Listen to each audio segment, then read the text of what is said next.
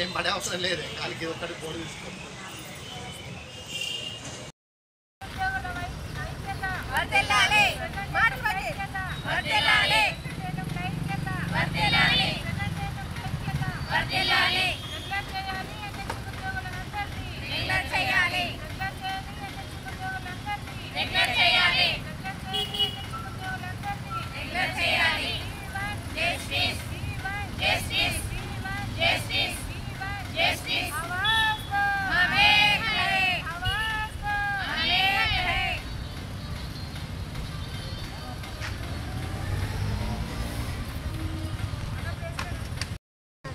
గత 20 సంవత్సరాలుగా contract basic పద్ధతిలో అవుట్సోర్సింగ్లో పనిచేస్తున్నాము.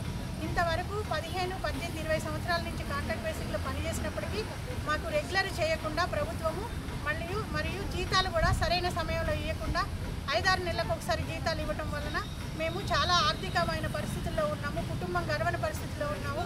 మాకు సమాన పనికి ఒక రెగ్యులర్ ఏఎన్ఎం ఎంత పని చేస్తుందో అంత పని మాకు ఒక సెంటర్ అప్పచెప్పి రెగ్యులర్ ఏఎన్ఎం లేని చోట కూడా ఒక కాంట్రాక్ట్ ఏఎన్ఎంలోనే మేము సెంటర్లో వర్క్ చేస్తున్నాము. రెగ్యులర్ ఏఎన్ఎంతో సమానంగా పనిచేస్తున్నప్పటికీ మాకు అతి తక్కువ శాలరీ ఇస్తూ మాతను వెట్టి చాకరీ చేయించుకుంటుంది ప్రభుత్వం. మా కష్టాలను మా బాధలను అర్థం చేసుకోకుండా మాకు నెల నెల జీతాలు కూడా విడుదల చేయకుండా మాకు అనేక ఇబ్బందులు పెడుతున్నారు. ఇంతకాలం సర్వీస్ చేసి కూడా మేము మొన్న కొందరు ఎగ్జామ్ రాశారు.